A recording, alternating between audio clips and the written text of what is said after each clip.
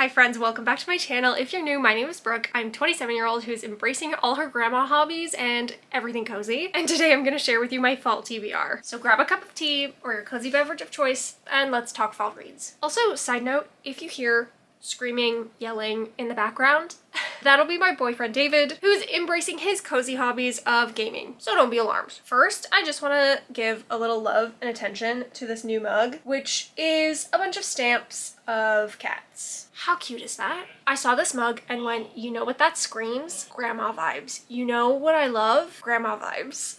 I needed it. And it's one of my favorite purchases, I think, ever. So I'm really excited to be drinking my tea out of this today. I think it is so stinking cute. Anywho, let's get into some of the books that I am hoping to read this fall season. Happy September, happy Virgo season. I'm a September Virgo baby. This really is my month. This is my time to shine. Also, like, here in Canada, we're kind of like in the season that's sometimes it feels like fall, sometimes it feels like summer. And we've had such a hot summer that the second the temperature dropped in like mid-August, it was fall. Spooky season in my brain. So I've decorated for fall. I have just been itching to read fall reads, and I have started. In the last week I read The Kiss Curse, Haunted Ever After, and The Cinnamon Bun Bookstore, all of which, chef's kiss, all the fall spooky season vibes, exactly what I've been looking for. All year round, I'm a fantasy reader, and I just feel like fantasy just automatically feels like fall. I feel like it's very cozy, atmospheric. It gives me a lot of the things that I want to read in the fall season, but I do read it all year round. So what I really crave, especially at the start of fall, are fall themed romance novels. Spooky season, give me some paranormal romance, cute, cozy Gilmore Girl vibe romance. I just want all the fall vibes in a genre that I usually read in the summertime. I am very much a mood reader. I feel like I'm also very much a seasonal reader. So I tend to gravitate towards genres and books that like fit the vibes of the season that we're in. So like usually in the cozier Burr months, I read a lot of fantasy, and in the summer, warmer months, I read a lot of summer romance, summer rom-coms. Obviously, being a mood reader, that varies year to year, time to time, week to week, month to month. I feel like this summer I spent a lot of time reading fantasy because I was looking for escapism reading from doing my degree. But now we're into fall, it's September, and I want all of the cozy vibes. And so that for me is a lot of fall themed romance books. So the majority of my fall TBR is fall vibes rom-coms. I do of course have fantasy books on my TBR, but I would say the majority of them are fall rom-coms. How many times in one video can I say fall rom-coms? I feel like it's also a little bit of a tongue twister. Fall rom-coms, fall rom-coms. So first up on my fall TBR is one that I picked up just this past weekend by Olivia Dade. It is Zom Rom-Com, which just sounds so fun. I've never actually read any Olivia Dade, but I love the idea of her books. The other book that I have by her on my shelves is, spoiler alert, which I haven't read yet, but I love that her books are kind of like centered around curvy FMCs, nerd vibes. I just like I love that. And when I saw this, I knew I needed it. I hadn't even read anything about it. I just saw the title, I saw the cover, and I went, no, I need that. But Zom Rom-Com follows Edie, who tries to protect innocent people during a zombie breach, the first zombie breach in I think 2 decades, and she tries to save her neighbor, who turns out to be a super old vampire with a really big sword, and all he wants is to protect her and have her hide away in his bunker until the danger passes. But she cannot stand idly by while innocent people are in harm's way, and so they team up together to save innocent people during a zombie outbreak, which honestly sounds like it's gonna just be a silly good time with spooky vibes, and I'm actually so incredibly excited to read this. I might start this tonight. I'm that excited. And like, I mean, this cover is so cute. How could you not want to dive into this, personally?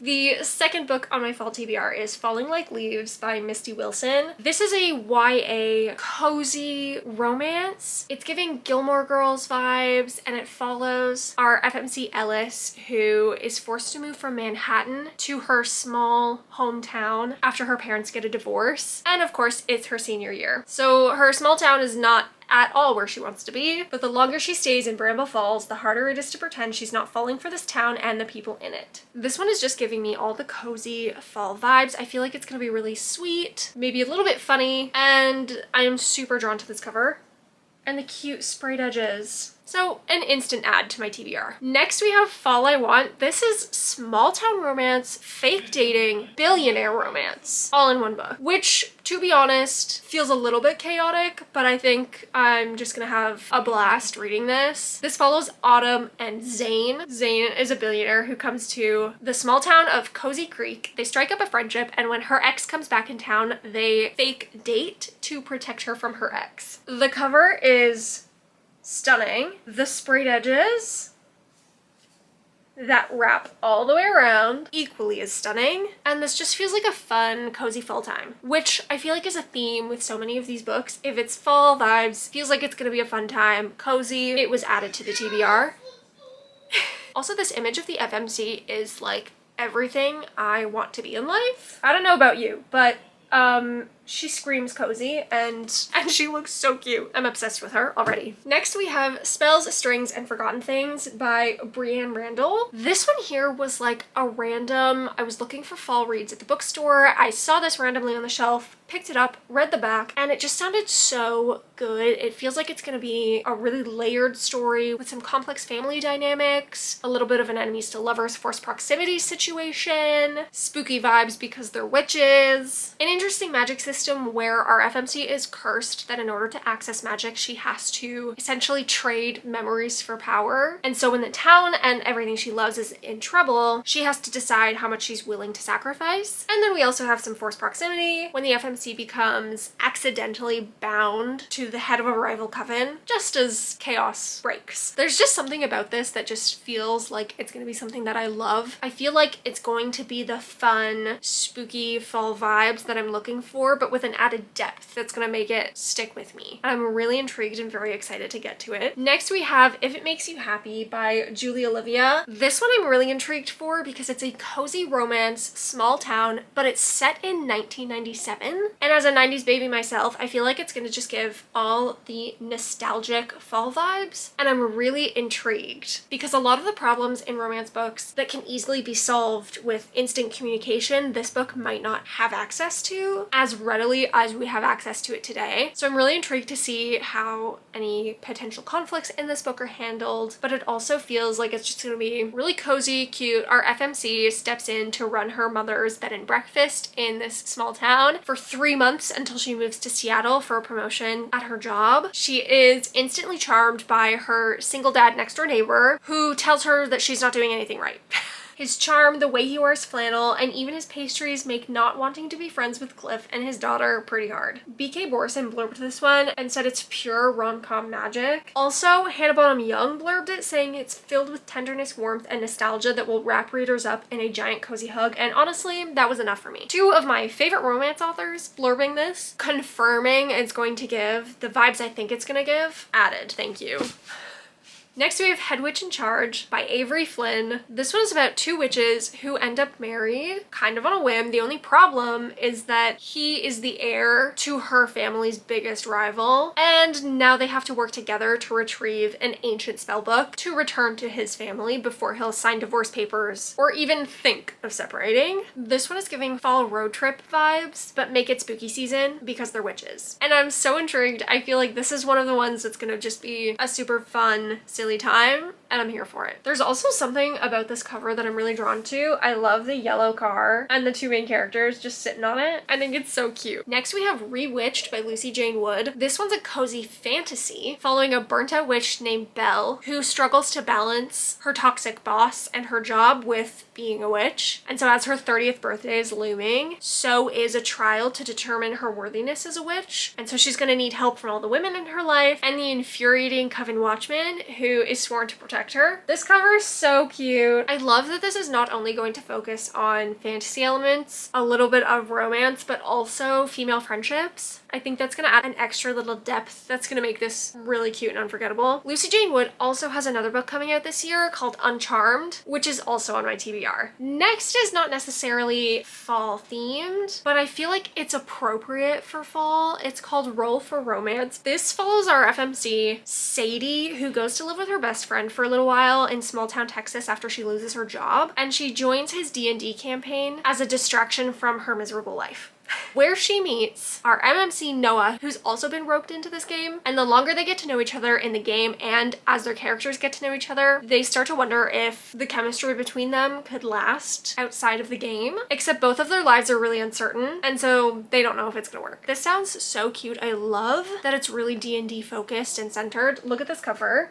Stunning. Obsessed. I find myself more and more drawn to books that like incorporate or celebrate like some kind of like quote unquote nerd aspect, nerdy thing, or cozy hobbies, stuff that I guess like growing up was deemed uncool, but stuff that brings me joy. And I am so glad that that is like coming out a lot more in the books that I'm reading and the books that are being published nowadays. It makes me so happy to see. So when I saw this, it was an instant buy, instant add to the TBR. Next we have If Not For My Baby by Kate Golden. This one I believe is Hosier inspired. Our FMC has like musical dreams that have been put on hold just due to general life circumstances, but she gets an opportunity she can't resist by being a backup vocalist for Irish singer Halloran on his first US tour for 8 weeks. So we have some forced proximity, 2 musicians, and like one thing about me is that Not Another Love Song by Julie Soto is one of my favorite books of all time. As a theater kid, drama major in post-secondary, hobby music nerd, I ate that up so much. And I have a feeling that I'm gonna eat this up just the same. A couple other books that are coming out later this year that are on my fall TBR is Soul Searching by Lila Sage, which I believe is giving spooky season meets cowboy romance. I've loved everything that Lila Sage has put out so far, and so this is, of course, an automatic add to the TBR for me. Another automatic add to the TBR for me was People Watching by Hannah Bonham Young. Hannah Bonham Young is a Canadian author. She's from Ontario, and I have absolutely loved every single one of her books. And I fear People Watching might take the top of that cake. That is not the saying, but you know what I mean. I am so excited. This I think is Friends to Lovers. Honestly, don't know that much about it other than a few key tags that have been posted by Hannah Bonham Young. Call me intrigued. Call me intrigued.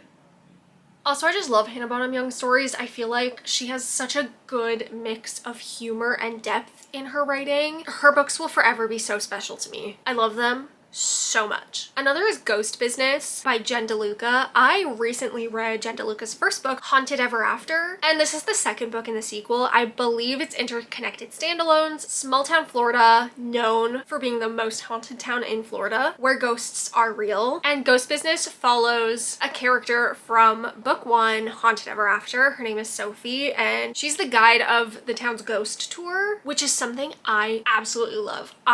Growing up, every town that my family went to, if they had a ghost tour, we were booking it and we were going. So if that doesn't tell you how serious I am about ghost tours and how excited I am for this book, I don't really know what will. And of course, I cannot forget one of my absolutely most anticipated reads maybe ever is Mate by Ali Hazelwood, the sequel to Bride. I feel like Bride was one of those books where you either loved it or you hated it. There was no in between. I had the best time reading that book. It's one of my favorites of hers. Like, I just think it's so fun, and I cannot describe in accurate words the excitement that I feel for Mate. I'm so stoked. I'm so excited.